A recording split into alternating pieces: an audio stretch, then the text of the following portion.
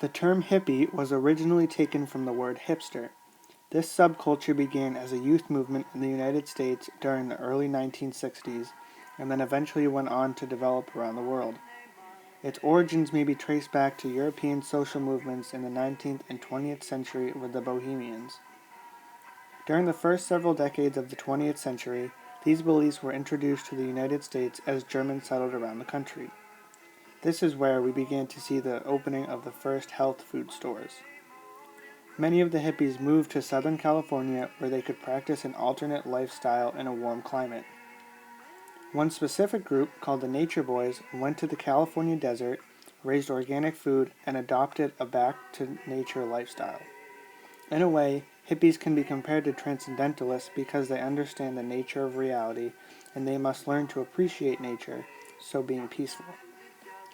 They are also nonconformists. Many people around the United States felt that hippies were just too strange for the mainstream American lifestyle. They were weirded out by their free-flowing lifestyle, communal living, artistic experimentation, and the widespread use of recreational drugs. After World War II, the pharmaceutical industry exploded with research into new drugs. A psychedelic therapist named Timothy Leary was the first to synthesize LSD. He promoted the personal use of the drug for personal enlightenment. As LSD became more widespread, it became more hazardous. It seemed that more and more LSD users were ending up hospitalized.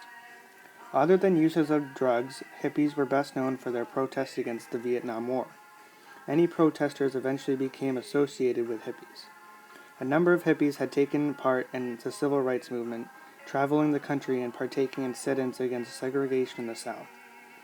In later years, the Viet Cong flag of the enemy was adopted as a symbol by more radical anti-war protesters.